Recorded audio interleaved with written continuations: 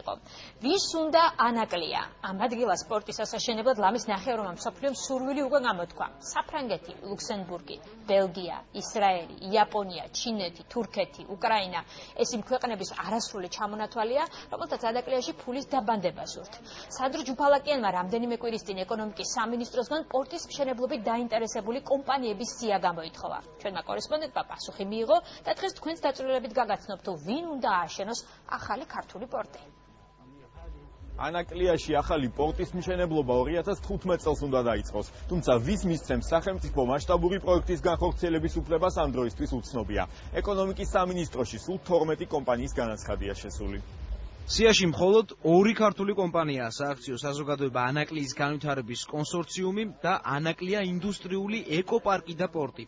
ამ უკანასკნელმა განაცხადი ჩინურ და ბრიტანულ ენერგოკომპანიებთან ერთად შეიტანა. ბიზნესმენი თეიმურას ქარჩავა სომხეთში სპეციალურად ანაკლიის პორტისთვის ახალი თბოსადგურის მშენებლობასაც გეგმავს. სიაშია ამერიკულ-არაბული კონსორციუმიც. აეკომის ხელმძღვანელობამ სექტემბერში საკუთარი პროექტი პირადად ირაკლი ღარიბაშვილს წარუდგინა. ინტერესთა გამოხატვაში ბელგიური კომპანია Yanden Nulli მონაწილეობს, რომელმაც ოქტომბერში ეგვიპტეში სუეცის ახალი არხის მშენებლობის ტენდერში გაიმარჯვა.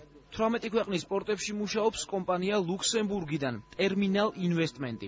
ინდივიდუალური განაცხადი სულ 6-მა კომპანიამ შეიტანა, მათ შორის ინდოეთიდან, ისრაელიდან და ჩინეთიდან. ეკონომიკის სამინისტროში წარმოდგენილია 7 კომპანიის ერთობლივი განაცხადიც.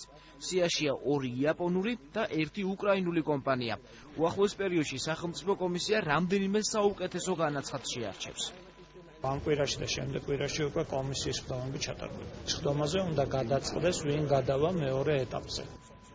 ექსპერტი ირაკლი ლექვინაძე ფიქრობს, რომ პროექტის ეკონომიკური წარმატებისთვის მნიშვნელოვანია პროცესში აზიური კომპანიების მონაწილეობა. როდესაც საუბარია იმაზე, რამდენად დატვირთული იქნება ანაკლიის პორტი თუ ასე შემდეგ, ჩინურ კომპანიებს შეუძლიათ რეალურად მართონ ეს ინფრასტრუქტურა, ისე რომ პორტი იყოს მაქსიმალური დატვირთვით მუშაობდეს.